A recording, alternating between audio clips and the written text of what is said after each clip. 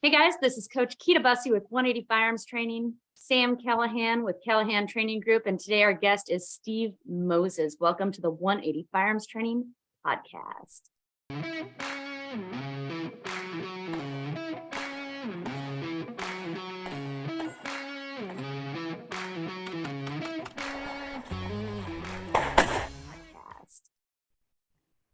Hey Steve, why don't you go ahead and tell everybody all about you? Well, my name is Steve Moses. I live in Texas, about 75 miles west of the Dallas-Fort Worth area, live about 5 miles into the hill country. I've been a firearms trainer since 1994. I'm currently the director of training and a co-owner of Palisade Training Group. I was a reserve deputy for 18 years. I was on the special response team for 10 of those years. I'm currently a contract, not an employee, but a contractor, if you will, for both the Farm Trainers Association and CCW Safe. For CCW Safe, I write content dedicated towards concealed carriers and firearm enthusiasts. Do the same thing for the Farm Trainers Association, but I'm also probably the primary customer support person for the Firearm Trainers Association. So if someone needs a range endorsement or has a question or needs our assistance, a lot of times I'm the person that they will first contact.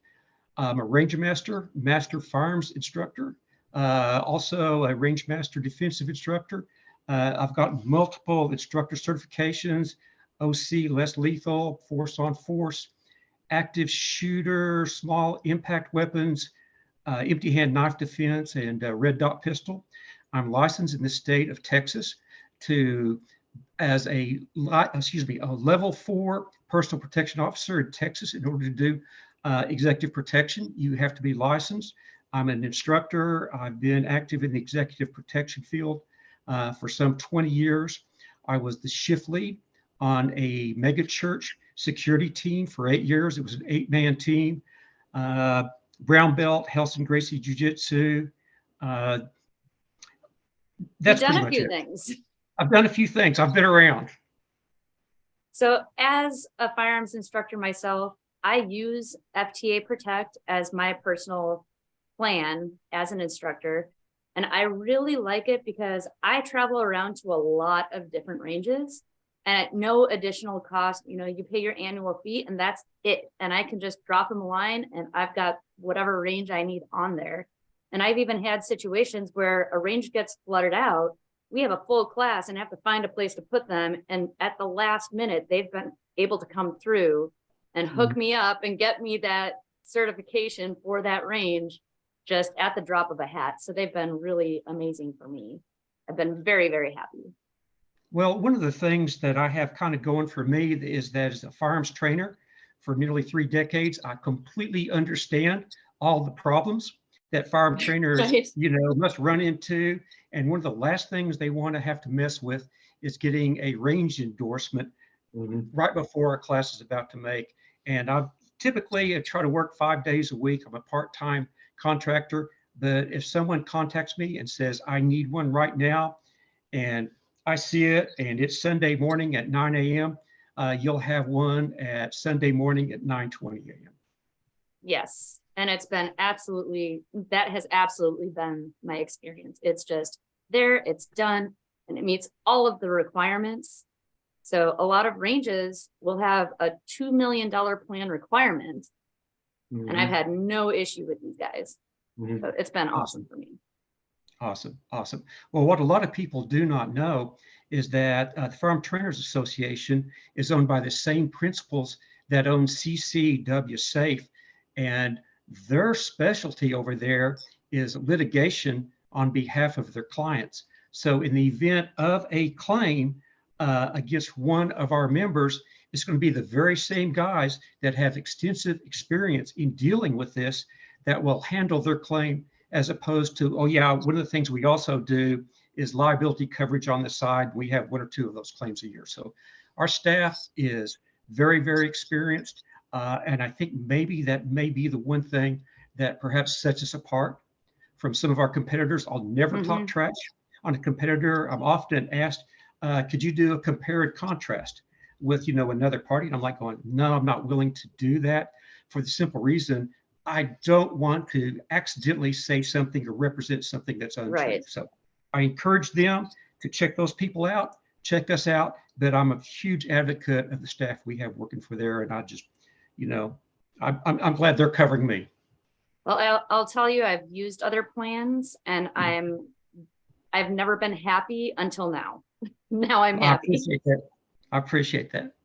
Yeah, it just sounds like a group of people as like led by yourself, or at least spearheaded by yourself. I mean, you guys have so much more experience than any other company in this field that it sounds like, all right, that's pretty much where I would be leaning if Kita says, okay, I travel the country and world to do this, and you guys are the tops, and all right, like this sounds like something people should start to listen to. Well, Sam, and one of the other things is that all three of the principals are former law enforcement, and two of them have been sued in federal court as a result of being involved in shootings or uses of force. And so the person that's probably going to be the first on the scene is Gary Eastridge. And Gary Eastridge has been in a shooting, and he is a former homicide investigator for the Oklahoma City Police Department, Oklahoma County. He has a tremendous amount of experience. And when something happens, if we need to send somebody to the scene, which we do on behalf of any CCW safe involved use of force, Gary's the person to go there. And what he finds is very critical in actually obtaining a verdict of innocent in some of these cases. Yeah, I mean, that kind of expertise is that's invaluable. That's amazing to have. That's not some ex-lawyer who just studied force on force. That's a field expert that now works for that. That's amazing. Yeah. And also a really great guy. He is an awesome guy. He is a great guy. So tell us more about, so we have the FTA Protect, that is the instructor plan, but you also have the CCW safe side of the house. Can you tell us more about that? Well, they're structured very much the same way. It's not insurance. It's prepaid legal liability coverage that's a benefit of being a member. It's backed by insurance. Our standard policy is it's $1 million per incident, $2 million in the aggregate. We are able to name ranges or classrooms as additional covered parties. There's no charge for that. They pretty much operate very much the same way. So with CCW Safe, let's take Eli, what was his last name? Oh, I can't remember his last name. Eli, the guy that was in the mall shooting. Dickens.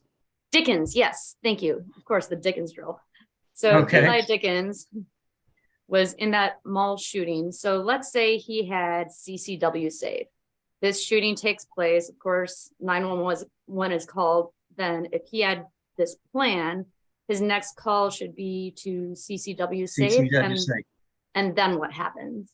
Well, first thing, of course, is he needs to be careful with what he says. He needs to go ahead, let the responding law enforcement, let them see the big pieces of the puzzle so they can sort out, hey, I am the person that was involved in this. I was attacked, or these people were attacked. I defended myself. I will cooperate with you fully to the extent that I can once I've had an opportunity to talk to counsel. And responding law enforcement knows at that time that they should not question you any further. By the same token, it's very important that you keep your mouth shut. We have a tendency when something like that happens to, of course, we're feeling a lot of stress and anxiety, and we want to justify our actions.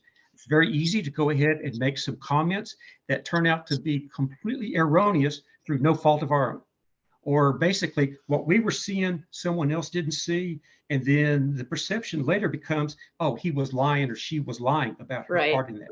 So basically, identify yourself, be prepared. Perhaps your weapon will probably be seized. There is a possibility, depending upon the city and state and the circumstances, that you will be arrested. But at some point, you need to call CCW Safe once you are given that opportunity. So if you can't remember CCW Safe's number, then basically you want to get a hold of somebody that you know, such as a dear friend, a spouse, a boyfriend, a girlfriend who can contact CCW Safe on your behalf. At that point, that call basically goes right into the hotline. More often than not, the person answering the phone may very well be Don West, who was George Zimmerman's attorney in the Trayvon Martin shooting. And so Don West is always going to be the person there. He's the national counsel for CCW Safe. They'll contact Gary, and there's a good chance, depending upon the time of day, that Gary may be on an airplane headed your way in 4 to 8 hours. You can pretty much expect that to happen. They will pay your bail. They will. Now I want to make sure. I think it's up to. I'm sure there's a limit on that bail and everything. Golly, you kind of got me there, so I may have to come back later and provide you with that information, because I haven't given any thought to that. Get you out of jail, because otherwise you're not in a position where you can help the attorneys, basically develop the case in the manner in which they want to, in order that they can present it.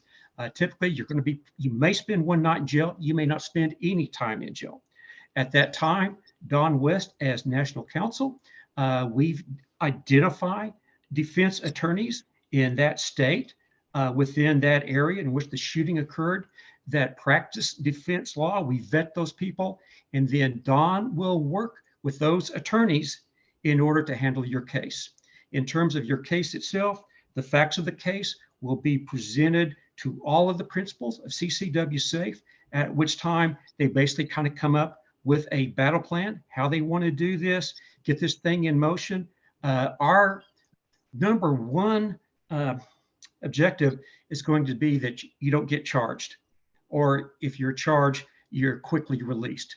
But if not, and we have had a felony 1 indictment, if you are charged, well, then basically they're going to handle your case from, as they say, soup to nuts.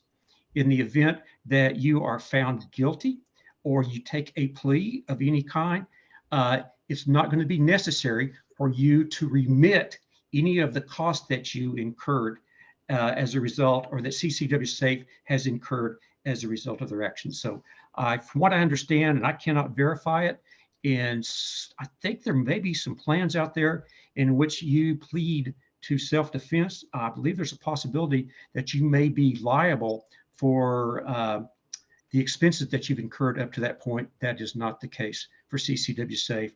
And I would encourage anybody that is interested in more information to just go ahead and go to the CCW Safe website, and they've got all that information put out there, including some frequently asked questions. In addition, anytime that someone has a question, please feel free to call in and talk to the customer service representatives. High possibility one of them might be Gary Eastridge.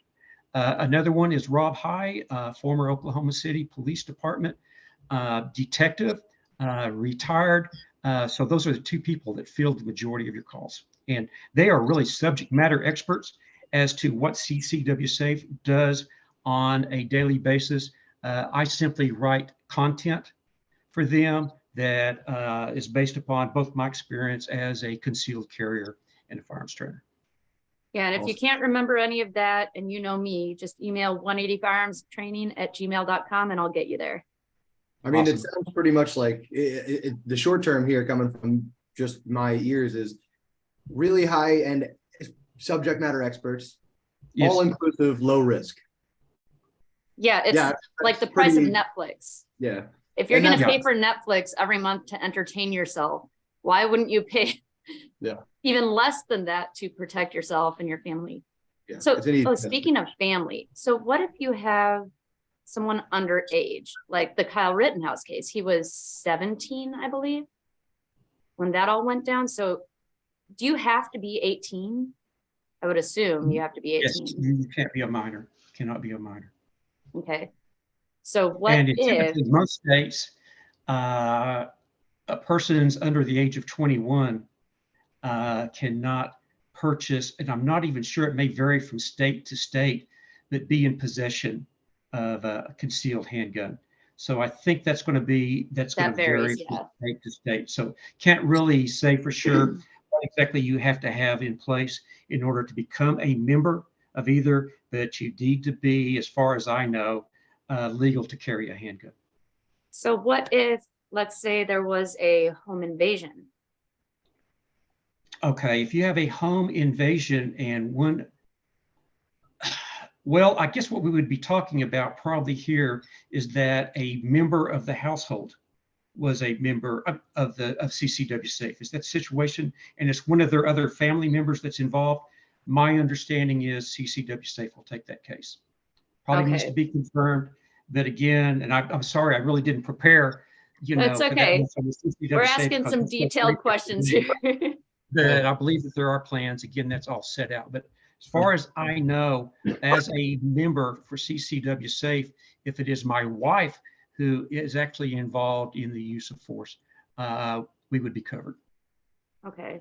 I'm thinking of, I have a 15-year-old daughter, or think about Morgan, who was on here recently. She's now a world champion pistol shooter. She's not going to hesitate to grab a gun if someone breaks into the house. But then they're 15 years old, both of these kids, and they can handle themselves, but they're not able to conceal carry. Keita, I think everything that I'm telling you is accurate. This is probably something we maybe need to take a look at and confirm before we finalize this podcast. It's interesting. Yeah, it's definitely interesting because it's a distinct possibility more and more in our industry. I just worked with a couple of guys over the weekend that their kids were part of the training with us, and they're 16, 17-year-olds who can handle themselves like men, like the rest of us, with knives and firearms and all that kind of stuff. So it's definitely more and more of a question I hear from a lot of parents now, because I know a lot of these parents who, instead of shying away and keeping the kids away from guns, they just involve them in training. And it's that's how I got involved in the industry, and I appreciate it, but I'm seeing it happen more. So I think it's definitely something it's nice to hear that you guys are family oriented. You're very happy to take on something like that. Yeah. I'm quite confident that everything I told you there was accurate, but like I said, I've lived too long to let something go out there without, vetting it, making sure that indeed what I said was valid before. So you're able to fill us in generally. If people have really specific questions like this, we can direct them to where to find this information. There are people that actually will take those calls on behalf of CCW Safe, and many of the questions that you are asking, I believe, are addressed directly on the website. Perfect. Now, ask me stuff about FTA, and I know everything. CCW Safe, I'm kind of on the periphery there. Gotcha. So tell us about the red flag laws and how that works. You offer protection also against red flag laws. And maybe you can explain to people who don't know what a red flag law is, what that means. I'm sure everyone listening does, but. Well, a red flag law is basically some sort of authority has been given the right to come in there and seize firearms if for some reason you have been deemed as a person that's a dangerous individual. It's just going to be the same type of thing. Basically, it's going to be the same people that are involved. They'll investigate the circumstances and they will intervene on your behalf. Now, a lot of people go and they'll give me my guns back. Well, they will do everything they can, assuming that you didn't say something crazy or you didn't do something crazy. And so a lot of people go, yeah, if I have this insurance, so then I can go out and do this. It's like, no.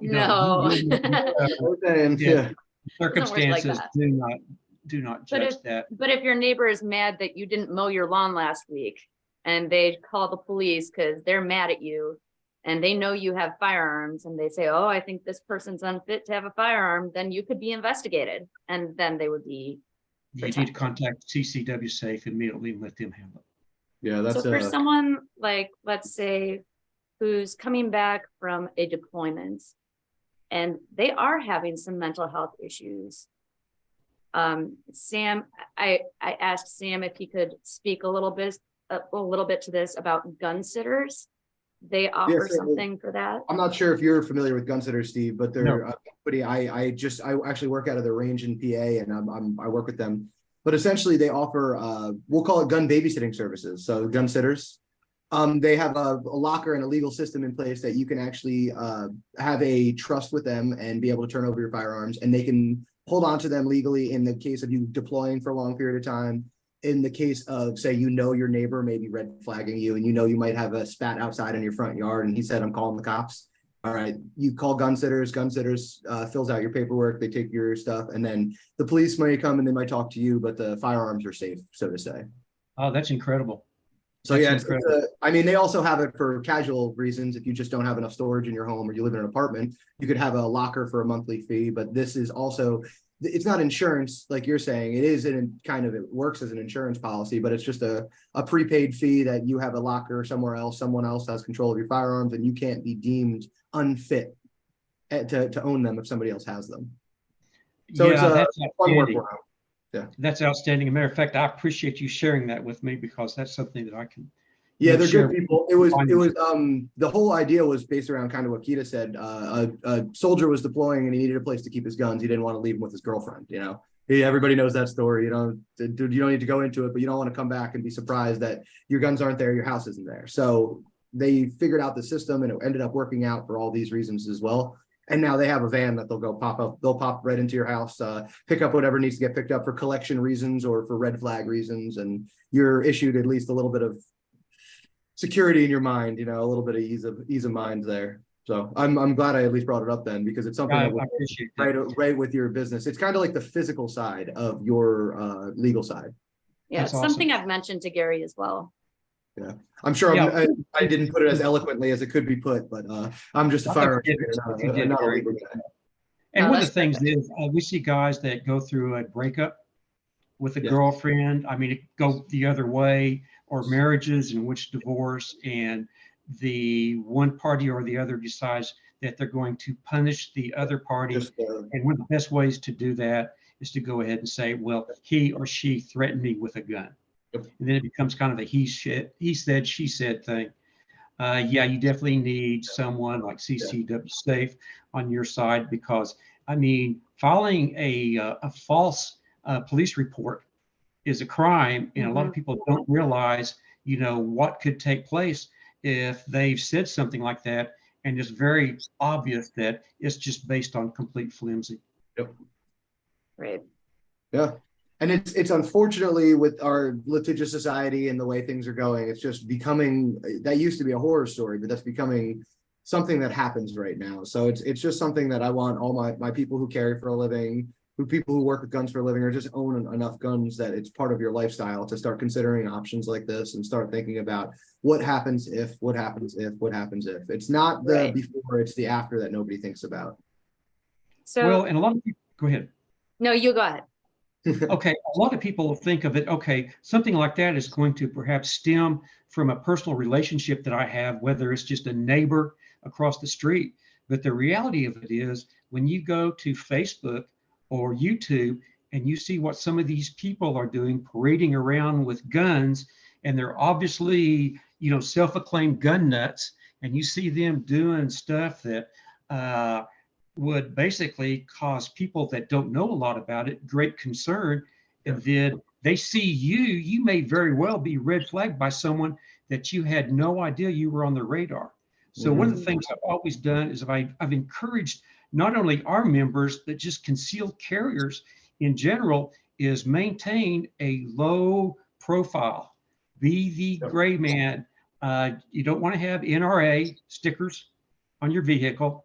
You don't want to have something that says, I only carry $20 worth of ammo, or, you know, I call Smith & Wesson. Just we don't call 911. Stay under the radar, but be very, very careful, especially with what you're posting on Facebook, because one of the things that, if you are charged with a crime, guess what the prosecuting side's going to do? They're going to go through everything that you've put out there in media. And if you've been doing that stuff casually, today's the day to stop doing it. Well, for people like you and me, Sam, social media, that's our platform. That's how we sell our business. That's how we advertise. That's how people find out about our classes and come take a class. So we are posting videos of us shooting a stage and things like that. So yeah, we are putting it out there. But yes, if I was not a firearms instructor, I would encourage anybody not to post about guns if you want I've to said that protect several yourself. times to my wife, that the second I don't need to market myself and everything, I get to delete social media, and I'm not doing that anymore. It's just that I have to share stuff. But again, you'll notice the firearms instructors like ourselves, we might be sharing our content, our classes, our dates, but I'm not talking about politics. I'm not coming out and talking about screw this person and screw that person. I'm not, it's just not happening. And But again, it should be obvious thing, but holy crap, guys, if you're a gun guy and you're going to get in political arguments online, you're just opening yourself up to a whole mess, Well, yeah, the main thing, I do not have any gun stickers on my vehicle. That's just begging to have somebody Mhm. break in. Even this is Sam's t-shirt. Like, you can't tell this is a gun shirt. They're not gun shirts. Yeah. that's why we do our t-shirts also. And one of the things I wanted to kind of cover is I don't have a problem so much with the firearms because, we do the same thing. We market our classes. What I do have a problem is anything that perhaps involves firearms and what may be perceived as a callous disregard for human life. Copy. So when someone is shot, and that someone is someone that we would all say, oh, that was a criminal, it's not smart to say, well, good, he deserved that. He should have been shot again. Or when someone's shot and they're not killed and they're a bad guy, criticize the other person for having poor marksmanship.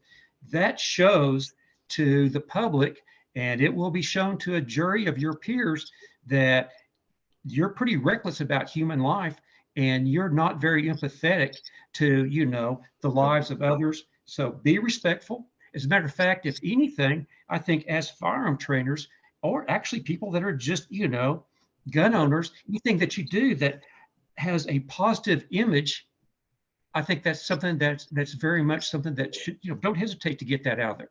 That so much of it is just being, oh, I want to be flippant. I want to get 1,000 likes for my cute little, smart aleck thing and everything. And then later on having to explain what I meant by that, in a court of law. Well, another thing is people who get their guns all painted up to look like, oh, this is a killer gun. Juries don't like that. No. Like, if I had to use a firearm, God forbid, to defend myself, I would hope it was like hot pink. Yeah. With little smiley faces on the shells, little rainbows. I don't know, rainbows and unicorns. So no Punisher skulls, no exactly no on the just side of it. Plain black, nothing on it. But it's also another like, thing. I also agree with it's the attitude of carrying too. It's like, I don't understand that. Like, we all agree that the knowledge, skills, and attitude, we've heard that forever. I know it's the corny, whatever NRA side of things, but I love that because you're not just sitting here and saying I'm the toughest guy in the room. You're also saying I'm probably the most composed. I'm probably the most safe person in the room if I'm a good firearms person. And that should be spoken of more often. It's not about your budget. It's not going to be about how many classes you took. If you're poorly representing us, I don't care. I don't care about what you're doing and what your rank is or what you teach or what classes you take. I don't care about your Gucci nods or what gun you have. If you're being a jerk, if you're putting a bad taste in people's mouths, I don't care. You're hurting all of us. Yeah. Yes. 100%. Another thing that kind of ties into that is posting things that are unsafe. I understand people post that to try and help people learn, but instead you can spin that around and post, this is how you do it correctly, rather than putting something out there that is incorrect. And then somebody else might watch that and say, oh, is that how you do it? Or not understand what's wrong with it. It is the same way you would coach. It's like, you're not going to say, don't do this. You say, do this. So I kind of try to keep that attitude on everything. If you post positive stuff, you don't post this was terrible stuff. As much as it's like defacing and it makes you human, like, I try not to be negative on social media for that reason, because I don't want it to be misconstrued. I don't want somebody to take the wrong way. I don't want somebody to think it was negligent, not an accident. Like, there's 100 reasons to start to understand, you really have to, as professional in firearm industry, or really anybody with a firearm, just, it's an unfortunate time we live in. Be careful. I mean, I will post silly, fun things like, well, for example, you shooting a plate rack, walking on a barrel, or me jumping in the air, doing the splits and doing a reload. Like, it's nothing like it's not anything negative though. Yeah, it's clearly in a controlled environment. You can tell there's no negligence going on. It's one of those things where, there's obviously, the world of, I mean, if you just watch 3 Gun from an outside perspective, you'd be like, what in the hell are these guys? Like I get, yeah, you can't just everything isn't going to be contextual when you see it online, but Right. yeah, try to keep it at least a positive note. I mean, Lanny Oakley is a great example of that. Oh yeah. She's an Olympian. She's doing some of the coolest stuff ever, and it's with firearms. Do you think that's unsafe? Is there a negative air to any of those videos? Not at all. It's all positive, but Yeah. it's cool. It's fun. You could draw some people in with that. You know, it's a good thing. It's kind of starting to understand that this attitude is it's unfortunate, but social media has a bigger influence that we'd like to admit, and you got to be careful. Yeah, that's Lanny Barnes. She goes by Annie Oakley or Lanny Oakley Yeah, on Instagram. Check her out. She's really funny. awesome. I mean, doing some of the cool I've yeah, seen she's her a hell of a shooter. shooting. I think she did a Texas Star by sitting Right. on a Swiss ball or something like that, standing Right. on a Swiss ball. Amazing. Yeah.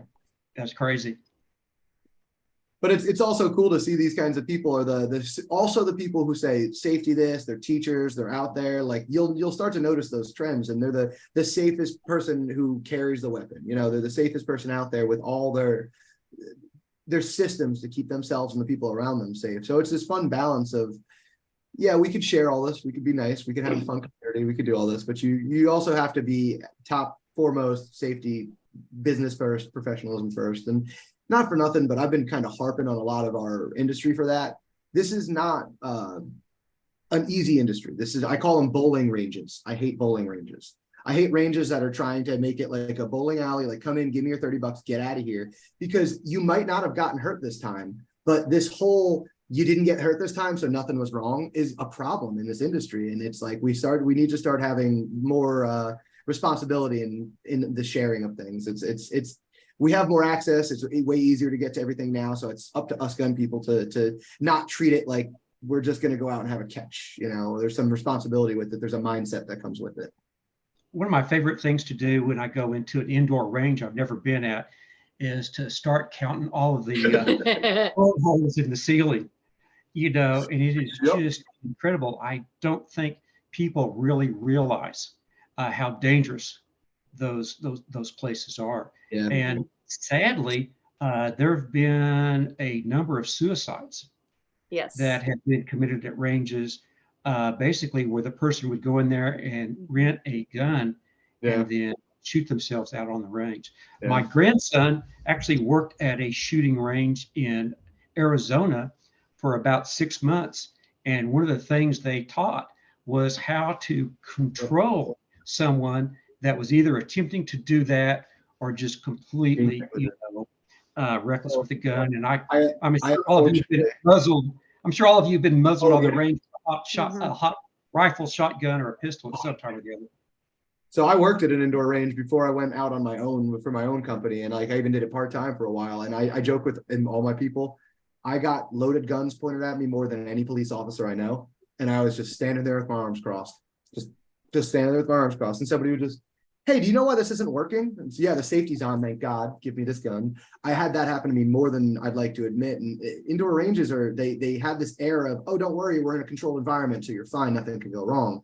But that's not, as you just said, I walk in and I look and I go, all right, 2 yards, 1 yard, 3 yard, there you go. And they're all right there. It's quite a scary situation. But in New Jersey specifically, we had that suicide problem because you a lack of access. Yeah, we have a harder access to pistols in New Jersey. So people aren't willing to go through the permitting process to get a pistol. So they were renting pistols to hurt themselves. And we started then requiring you to come in with your firearms identification card to even rent stuff. And even then, it's a horrible, it's one of those things where I don't feel comfortable being on a range around that many people in an environment I don't know them. And I hate to say that anymore, but indoor ranges could breed problems. They could breed problems. We had several suicides just while I worked there. And thank God the person who tried to hurt themselves got hurt, because obviously there's people behind you when things like that happen. So it's a sad situation, yes, but like these indoor ranges are this false sense of security for some people. And that's why I love some indoor ranges, because they only hire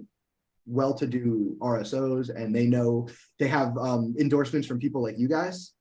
And then there's some of these indoor ranges that they're too big to fail, and they have 55 lanes, and they have 2 ROs that also do the intro lessons, and nobody's sued them yet. We'll just say that. Something really sad about that whole situation is there's really nothing you can do to prevent it or catch it, because they're not going to be showing signs. If somebody makes that decision in their mind, they're in a place mentally where they're happy. Yeah. Like they finally made the decision they're going to do this. So you're going to be asked, well, were they showing any signs of sadness or anger? Well, no, they're happy because they made the decision that they're going to end it, and they're happy with that decision. So you're not going to see weird behavior when they come in. You're just going to see a happy person, happy to go shoot guns, which is everybody pretty much. Yeah. So I hate because that happened at our range a couple of times, and I don't like to tell stories about it. But the one thing I do because of what you just said, somebody came in and rented a pistol, 50 round of ammo, did his 15-minute intro, shot 50 rounds, grouped well, went well, everything goes well. No eyes are on him. Went and got his extra 50 rounds of ammo, and round 51 he put in his head. So you have no idea. You have no idea, and it's also why I tell people at these indoor ranges, just be careful. Go to the last lane. Keep your eyes up. Don't just get buried. Hire somebody. This is why I like, hey, if you're going to go to one of these indoor ranges and you're not a gun person, go hire an instructor. Have somebody watch your back. Have somebody with you. There's a lot of these indoor ranges that they have instructors on staff for you to go with. Some of the RSOs are there for you. If they don't offer that, walk out. This is not an industry where you should be accepting those kinds of safety lapses. You should. I have a big red flag in my mind that when I see an RSO, when there's only two RSOs on a line, when one of them step into a booth to do an intro, it's a big red flag to me, because that range isn't willing to hire instructors. They're actually willing to shirk your safety to make a little bit more money. And let's see what happens. Let's hope nothing happens in this 15 minutes while he's up there. I tell all my people that you start to see that red flag, don't go back to that range. And they're like, well, a lot of ranges do that. I'm like, well, this is a problem. We need to start calling our own industry, or it's going to be a bigger problem. Or lawmakers are going to start shutting us down instead of we shutting this down. Right. So I do see this a lot in other countries where you have to jump through so many more hoops to get firearms. So it does make sense in a place like New Jersey, New York, you would see this more. Yeah, it's which unfortunate. kind of brings me into, Steve, I wanted to ask you to talk about which states are not covered by CCWSA. New York, New Jersey, and Washington. Same thing's true for the Firearm Traders Association. Yep. Yeah. And so do you want to talk about why at all? Well, or is that a tough question? No, I don't think so. I couldn't tell you all of the reasons. I can just kind of tell you the main reason, and that is typically because of a pattern of behavior that we've seen on behalf of district attorneys and prosecutors to not take the side, or at least not be objective, when a citizen, a concealed carrier, or an armed homeowner is forced to defend themselves. A very high possibility that that person is going to be not only arrested, but indicted, which means that that person in many instances is not going to be able to pay all of the money that is necessary for the initial legal battle. And it's even a possibility that it may not even be done there. In a lot of instances, it simply be that, okay, the state's, I'd say SOP was, we're going to run this guy out of money. And then if we don't do it the first time, we do it the second time. And so as a result, the possibilities, we don't really feel like we're in a position where there is a good chance that we can keep our people from being indicted, or we're looking at a legal case that may be close to unwinnable. And so to that end, we're in the business. We're very altruistic in many ways, but still our business model is, we want to make a profit. And it's kind of like, okay, if we go to a state where there's a high risk of this happening and a good risk that we may be we may lose that case, it's probably best for us not to be there. I hope that this is a situation that's going to change. I was talking to some people from Washington earlier this year that said that there was perhaps some positive movement in Washington State. Have not seen anything presented that was sufficiently strong right now to convince the principals of CCWA and the FTA to do anything otherwise. any information that we can get that might help with that particular cause, if we hear from prospective members, we absolutely will look into that. We want to expand our market, and as much as anything, you know what? This is a relatively small community. There's really not that many concealed carriers. There's not that many people that are concealed carriers that train. There's not that many people that are action pistol competitors. It's a small community, and we would like to serve that. And we think that it benefits everybody. That, you know, it's just kind of like, man, if I go to that place and I do what I would normally do in these other areas, there's a real high possibility that it's going to be, the consequences are going to be negative. We best not be there. Well, then I will say, I can't speak to Washington. I'm a Jersey kid, been here for 31 years, but I could say to all my people out there from New York, New Jersey, Pennsylvania area, we are doing a good job at swinging the culture. I know there is a lot of competitive shooters and stuff coming out, but New York and New Jersey just swung over their cases. And we were discussing this earlier, that hopefully we get enough interest, we get enough support out of Jersey, New York, we can kind of sway some of this, and we can welcome you guys into these communist states, because we need your support. We need you guys. We definitely need your help. And now I have at least a dozen students from New Jersey who just have an unrestricted CCW license, meaning they didn't know justifiable need. I say unrestricted. There's still plenty of restrictions. You have to list your firearms and do all this kind of thing. But like, hey, I've lived here my whole life. Never did I ever think I'd see forward progress in firearms in New Jersey, and it just happened. It just happened. So hey, we're swinging the culture. Hopefully, we get enough requests for you in New Jersey that we can actually start to have you. I hope so, and and we see evidence that would support the idea that the prosecutors are not going to prosecute these people that do a legitimate job of protecting themselves and their families, regardless of the circumstances. Yeah, it used to be a hard no in New Jersey. It used to be a hard, every single prosecutor, every single judge was just a big finger to the Second Amendment. But now we actually know there's a couple of judges who still hate us, but there's a large majority of them that are like, no, you're good. You guys are fine. As long as you're following the rules, go ahead now. So we're seeing some progress in New Jersey. I know New York is the same exact way right now. So, I mean, the competitive community is who I'm in tune with, but I do a lot of training with like CQB guys, Filipino martial artists, and it's just like the Northeast in general has been booming. So, hey, I like to hear that we might get you in. We might get you in. Well, I hope so, and I hope, you know, maybe within the next year and a half, you know, given the current political situation and basically the way that Washington, D.C. looks at, you know, lawful ownership of firearms, that they do not think it's a right. We're going to kind of probably need to see a shift in that direction. Oh, I'm so sorry. I do this on almost every podcast. My dog usually barks too, and Sam's dogs. Yeah. So anyway, my apologies. That we're hoping also, you know, 2024, we see some things that are not only positive for the firearm owners, but positive for the country as a whole. Yeah, I'm noticing a good culture shift in that we're not just leaning on the NRA to do everything for us. And now there's several industries out there. There's several organizations, and just the average owner is more of a advocate more than anything anymore. Is I know social media is kind of could be a negative thing, but there's such a spreading of positivity with, hey, I carry now. I'm a normal guy.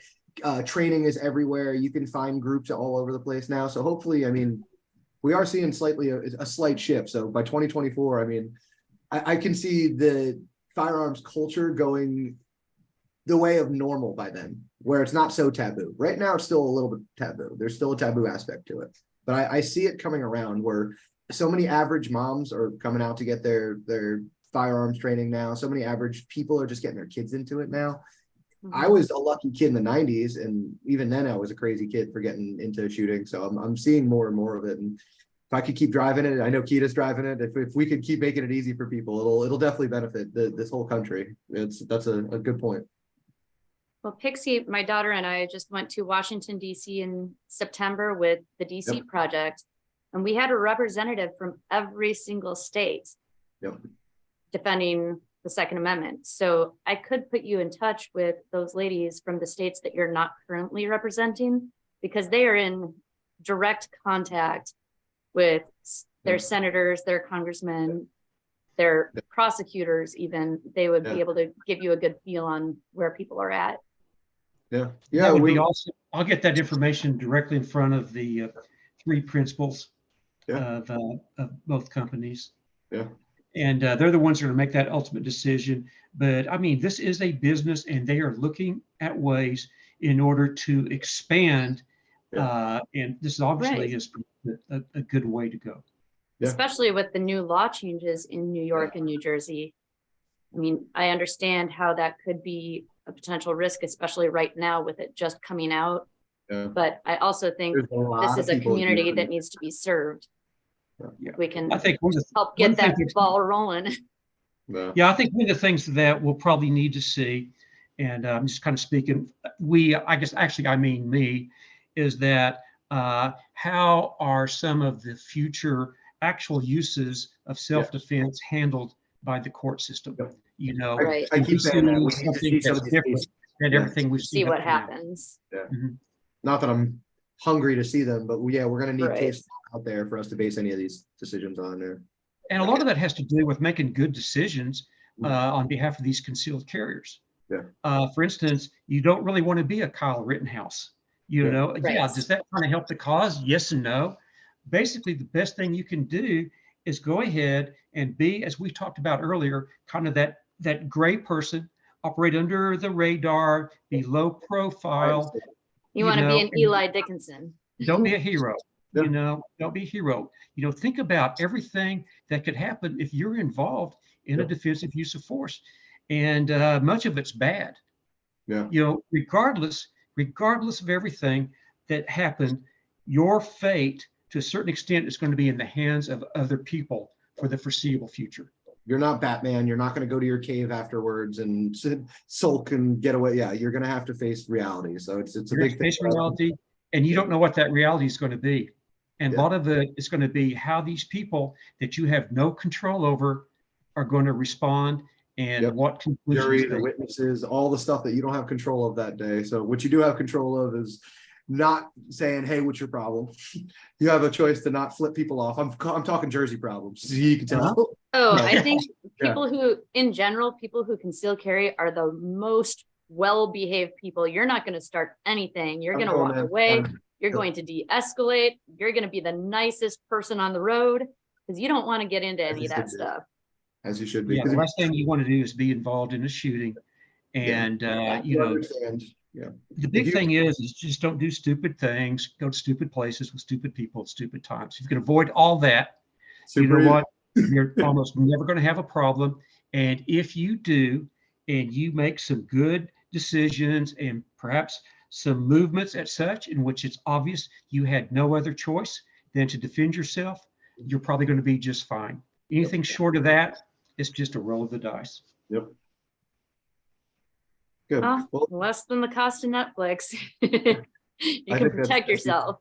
yeah, that's One of huge. the other things, Peter, I might point out is that this is what I saw in the police community, and it's never been more true than it is now, is that your concept of what policy is can dictate what you do. So a lot of times, some of the things that I wanted to do, perhaps when we were doing a forced entry, I had to give some thought to real quick as to whether or not this was going to pass muster. It definitely may have been legal, but was it necessarily the right thing to do, and would I pay for that? Now, the good thing is, if you are so concerned about that and you find yourself in a situation in which your life may be risked, there may be cause to hesitate and give all that stuff consideration. And then all of a sudden you're way behind the 8 ball and you can't catch up, and you're injured or killed. So if you go out there and you get training and you study this stuff, you want to be as competent with the pistol that you carry for concealed carry as possible. You know, if you shoot, you know, a high-end CZ or a 2011 with a weighted magwell and, you know, a red dot and a compensator, and that's what you shoot all the time, but you carry a Glock 26, then I'm going to recommend that you spend some time with that Glock 26. Get as educated and informed as you can be. and then get coverage, because then that puts you in a position that if I have to act, I know that I'm going to come out all right. If I make all the right decisions and right choices. Yeah, I'm a trainer. I'm a firearms trainer. So it sounds like I'm selling hocus pocus when I'm saying obviously training is the key. But I'll say this right now is I train competitive people, I train CCW people, and if you had to make a decision, well, you could bumper bowl your way through competitive training and never die in the street. Like you'll never actually be hurt. But if you need to do some kind of training, it's very important to pressure test your carry situation. Can you use your carry gun? Can you produce? Can you be safe? Can you make good decisions more than anything? Not just be violent. Can you make good decisions at the right time? So yeah, I think a big thing is if you're going to be a CCW person, understand that it's not a magic talisman. You need a lot more training in the CCW side than in the competitive side, in my opinion. And I sell competitive training, and I think one side of things is going to be for your life, and you get one shot. So it's a huge responsibility if you're going to carry. Huge responsibility. One of the things about competitive shooting is it completely frees up your mind to deal with the problem. You don't have to fixate or focus on any aspect of your equipment, your holster, or your gun. Yep. Think of how many times that, something happened and all of a sudden your gun was out. And you're like going, well, I never made a conscious thought to go to that gun. I've got it, I've got it in low ready, finger straight. Good grip, everything, and you're like, wow, yeah. So now my mind is freed up to see the problem, which that's one of the great things about competitive shooting, is because you are problem solving to a certain extent. You've got a stage description. You have to fire the required number of rounds, and in some instances, no more than the required. You need to move at these positions. If you have your foot 3 inches out of position, you can get, a penalty and everything. Yeah. That's good stuff. Yeah. It makes I love the way that like Keita and like Steve Anderson puts things like that. The subconscious skill sets. You're building these subconscious skill sets so I can consciously solve problems. Exactly. The way I use this is always going to be the same. This is always going to be the same. I'm always going to draw it the same. I'm always going to use it the same. So you might as well get some training so I can always use this tool. And then the separate training might be some mindset stuff. It might be some decision-making things. And that's kind of where that's where I've been at for the last like year and a half, 2 years now. And it's the best training I've ever it's the best I've ever seen myself perform. That's why I'm not trying to do anything other than provide my people good information. And I've noticed, hey, this helps me. Let me help you guys. Competitive training for the shooting side of things, but the mindset side of things, pressure test it. Get into some jujitsu, get into some Filipino martial arts, pressure test some of your decision making under pressure, under stress, and you'll start to learn a lot from both sides. You learn a lot as a CCW from competitive shooting. But the competitive shooters will never admit that you will learn from going and get your ass beat by somebody on the mats. So it's a good fun. Yeah, it's not fun. No, it's not dragged fun. Down and pressured by somebody you can't breathe. Yeah. Oh, I have such bad bruised ribs right now, and I was just joking with somebody. I was like, honestly, I think it's good for the soul to get your ass kicked. You got it. Mm-hmm. So it's good. I like to talk to somebody that sees both sides of it. You are a masterclass IDPA shooter, but I see you training everything else. And it's one of those things where the most well-rounded instructors, pretty obvious, are well-rounded, they train well-rounded. They've seen a little bit of everything. So, well, I don't think we're going to particularly be the best at anything that we do, but what we can be is good and competent and better than adequate at multi-levels. So I've got multiple skill sets. And most importantly, Sam, being a good competition shooter, having some good defensive firearms training or empty hand edged weapons, I've done Takiti Tertia, you will probably greatly decrease the chances you will need to use any of those skills. Bingo. If somebody pushes you, you know good and well that you can handle that situation. And I don't want in a lot of instances, you see stuff developing much quicker. Way before it ever happens. Yep. Mm-hmm. So and I don't want to go put a knife in somebody. I don't want to go put bullets in somebody. You start to see what's out there and what's available and learn to avoid it a lot better. I agree. I think the funniest thing is after I teach a class and we go to class dinner, the way we all arrange themselves without speaking, everyone just sits in the right orientation. We don't say a word, and every exit is being watched.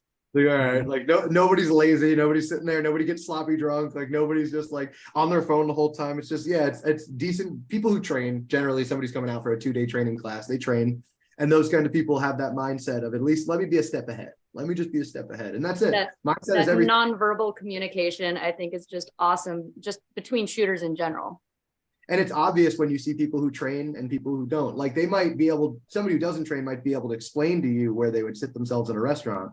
But somebody who trains, you see them walk in, look, sit here, orient themselves. And that's just a good example for everyday stuff. I mean, if you think that doesn't influence how they go to their car, how they walk their wife to the door, you know, things like that, it's everything. You start making those decisions absolutely everywhere. I've had people notice me do this as I walk up to my car about 40 yards away. I'm like, what are you doing? It's like, oh, can you see feet when you're close to the car? No, I check 40 feet away. So yeah, so it's little things that you just start to build in awareness. And like, have I ever needed to use that? No, but am I ever worried that somebody's there? No, never worried. I have a little system for it. So it's that preparedness, it's that being aware, it's studying what's out there. Because that's the thing, is too many competitive shooters are not willing to study things that the defensive guys put out there. It's good information. Same thing with the defensive guys. You know, just as well as I do, some tactical guys who they hear competitive shooting and they shut their brain off. And I'm like, come on, man, just humor me. Like, let me help you a little bit. You'll learn from everything. You really will. And it's hearing somebody who is as well-rounded as you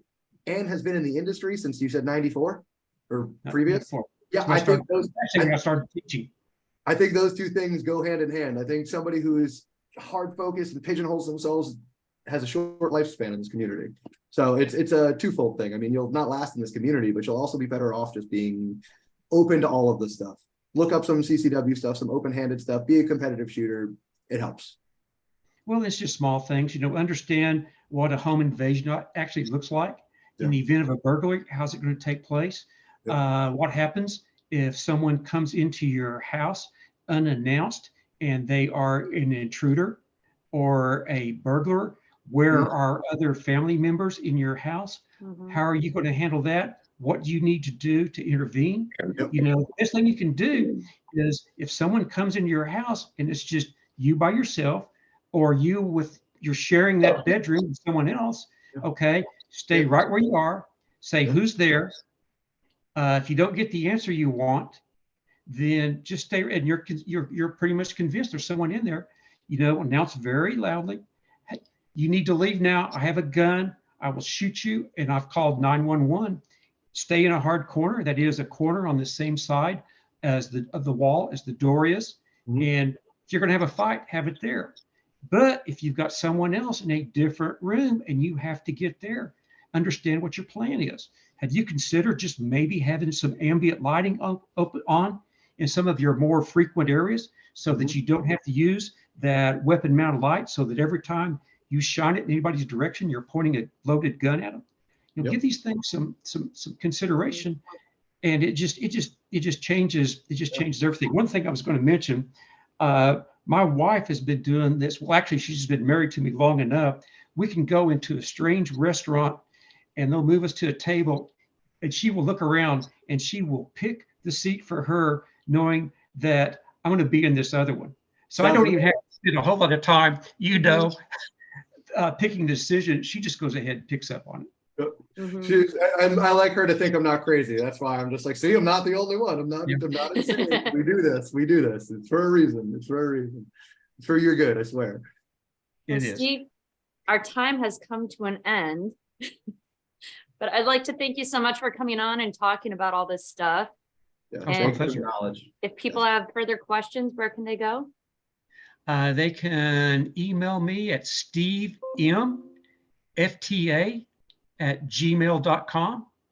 And then my website is it's Palisade Training Group, LLC. It's ptgtrainingllc.com. And I love talking to people on the phone. If you have a question and you want a detailed answer, I will do that. Much more inclined to do that than sit there and just exchange questions and texts and answers and everything. And I'd be happy to talk to any of you. I enjoy doing this stuff. It's a calling. It actually turned out my full-time job for 40 years. I was in the oil and gas business, and I just kind of did this on the side. And now it's become my calling. It gives me great pleasure. I like selling not only confidence, but competence. And at the end of a class, I like that. Nothing gives me more pleasure than seeing people walking around just feeling like they have been empowered. Something happened I have a say in what happens to me for the rest of my life. I like it. I appreciate it. You dropped a lot of good knowledge on us today, and clearly you have some wisdom behind it. So thank you for giving us the time and all that experience, man. It was good talking to you. And again, all my people, check out FTA, check out the CCW stuff. I want you guys to actually educate yourself in that way. You know, I am a crazy person about training. Anybody listening to me, they know me. This is the side that's going to back you up on the backside of things. So if that day, that worst day of your life finds you, you don't want to be without. You don't want to be in the jail cell by yourself, even though you were the good guy doing the right thing. Well, thanks Thank for you for watching. asking me. Very flattered. Yes. Thanks for watching. Like and subscribe. See Peace you out. guys soon.